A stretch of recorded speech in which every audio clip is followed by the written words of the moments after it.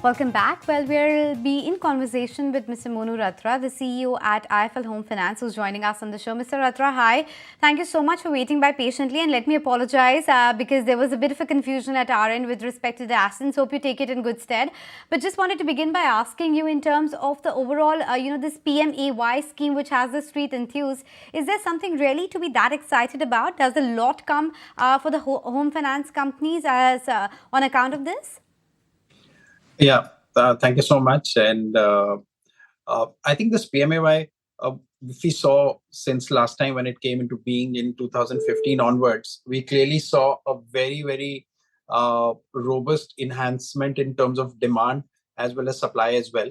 And I think this is a follow-up of that was very much required. And I think with my over 2 decades of experience in affordable housing, I think we had the best run after the CLSS scheme came into being, focus on the affordable housing from all facets.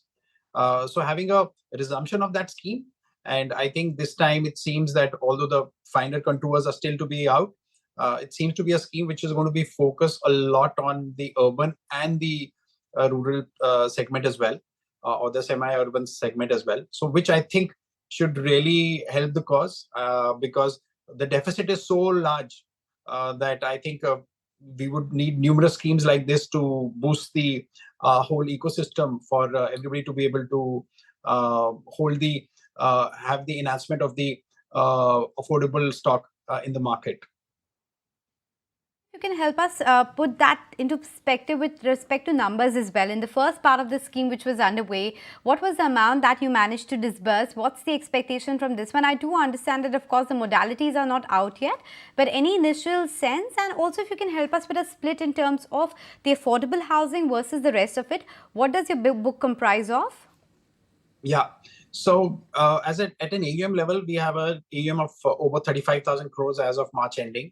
And out of that, 77% is housing home loans book. And the average ticket size is about 16 lakhs.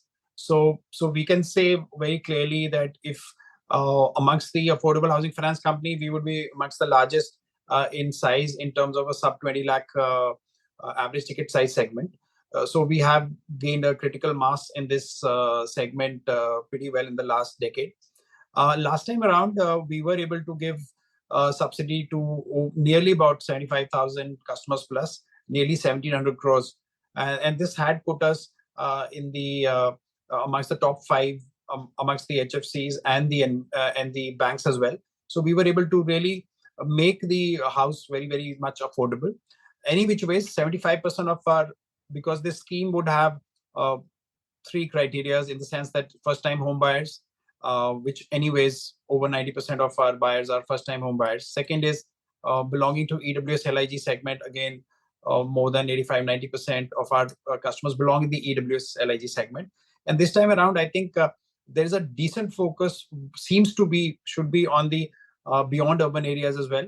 And we have expanded our footprint in the last 3 years very much into the states with over 390 branches in 19 states. So we expect if this time around we have the scheme coming, then we expect a similar or a better performance than last time. Similar or better performance than last time, but Mr. Ratra, is it fair to assume that given since it's a government scheme, the profitability levels on this are lower than the average business, because that's the way people look at it. And overall, with respect to your AUM, you talked about 35,000 crore is what it is right now, close to that. What's the aim to, let's say, bring it up to a year from here on, a couple of years out? Yeah. So if you see here, you see. As far as profitability is concerned, because here being a government scheme, it is not influencing your pricing decisions. You are pricing it the way you have to and would be profitable to you. It is just that it is encouraging the buyer to go ahead and buy a house. And actually speaking, the net effective interest rate to the customer turns out to be much better. So there is no dent into your profitability per se for this scheme. Because there are no caps to put up by the government so far at what price at what rate would you be further onward lending. So there's no pressure on that. Last year, coming back to the growth, last year we grew our AUM over 25%.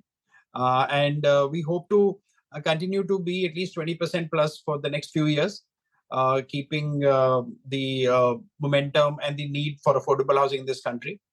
So we expect a 20% plus for the next couple of years. 20% plus kind of growth is what you envisage, but are you well funded to achieve that in terms of the growth rate that you're envisaging, or at some point of time you do expect to do some fundraise? Yeah, so we had ADIA had invested way back in August 22. They had infused for a 20% stake nearly about $280 million. So we currently the capital adequacy stands at 42%. So we are very well funded. So capital is pretty much right in the right proportion that we would need. And this year, which has gone by, we had a PAT of over 1,000 crores. So the internal accruals, along with the capital which we have, we are pretty well funded for the next 3 to 5 years. We may not require a specific fundraise to hit the market or have any push to have further capital infusion. We are good on our own for the next 3 to 5 years. Good for the next 3 to 5 years. And Mr. Ratra, before we just let you go, leave us with respect to the outlook that you have on your NIMs as well as asset quality for the rest of the year. Is there anything that you would want to flag out? Because your GNP ratios are pretty low given it's a home loan segment, but anything that you're watching out for? Because these are those first-time buyers, the low-ticket items, so there's that bigger risk because of the lack of credit history as well. How are you leveraging technology to kind of bypass and surpass all of these hurdles? Sure. So I think this is a very, very important and pertinent point because if you see, ever since the affordable housing space has always been, the demand has always been there, but unlocking this opportunity at scale has been a challenge for most of the housing finance companies so far. But we have taken a leap ahead and we've reached that 30,000 crores, now 35,000 crore mark. So we integrate technology to a great extent. We have a captive technology team which continues to develop the ecosystem which we want.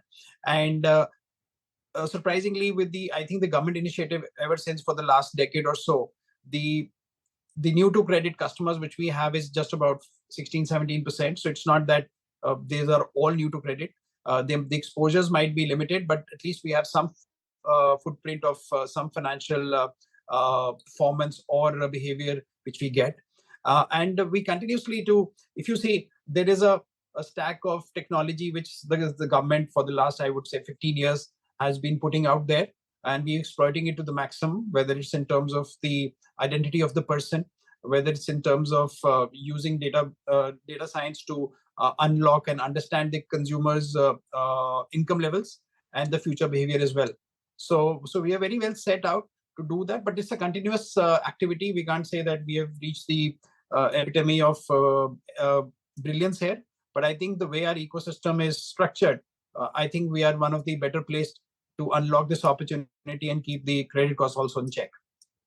Working towards being that epitome of brilliance. I'm sure you're on progress to that. Thanks so much, Mr. Ratra, for speaking with us today, and apologies again for kind of making you wait. And and thank you so much for being a good sport and staying back for us and having this interaction.